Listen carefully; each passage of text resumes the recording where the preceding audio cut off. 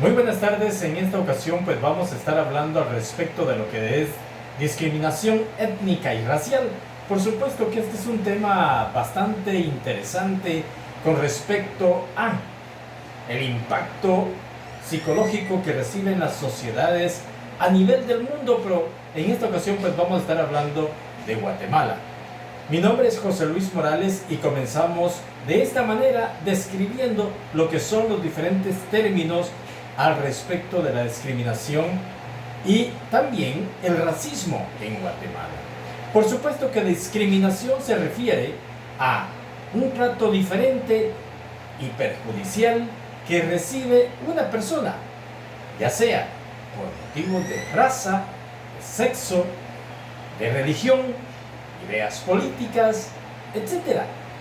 Pero se consolida la discriminación con respecto a lo que es el racismo.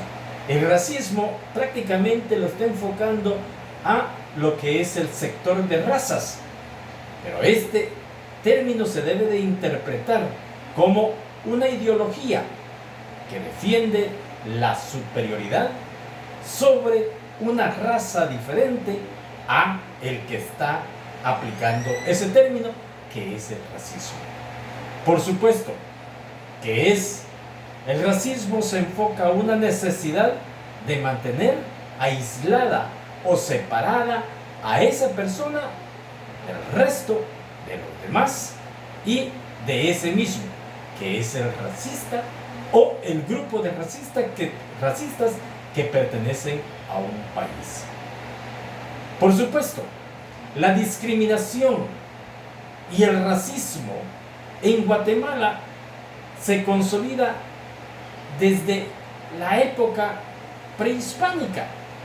Para muchos esto es un poquito descabellado, pero por supuesto que desde que se crearon las diferentes clases sociales o estratos sociales, se marcó una diferencia entre una y otra.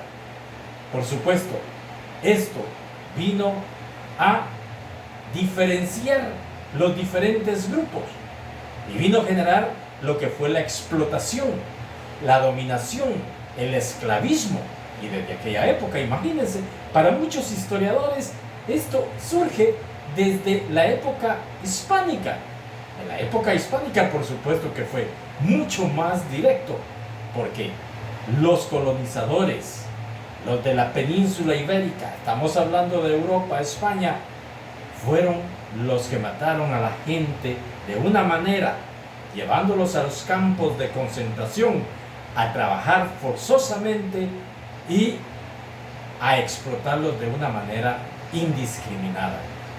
Por supuesto que esto también se dio durante la época de la independencia, cuando surge la liberación de los pueblos de la opresión hispánica o de la colonización, en donde mucha gente se vio oprimida por los regímenes conservadores y también los liberales, que el liberal por supuesto que se iba con una tendencia de ser el que estaba a favor de los pueblos, pero que de alguna forma también generó la discriminación y la explotación.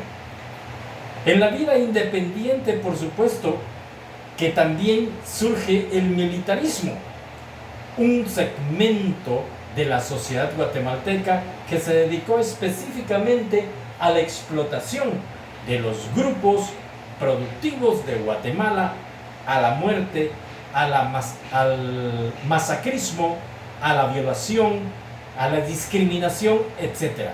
Pero también se dio esto en todos los segmentos, no solo por el militarismo, sino por las castas altas.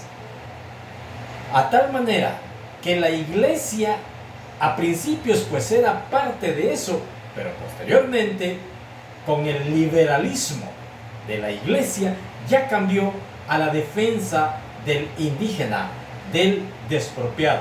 Pero por todo esto en Guatemala se generó, en todas estas prácticas de racismo y discriminación, se llegó al 3.3% de la pérdida del PIB, porque ya no producían, porque eran excluidos.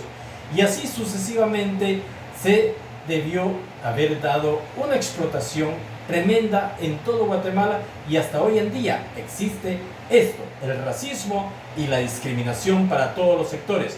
Y no se da solo por el ladino para el indígena, sino también del indígena para el ladino. ¿Por qué?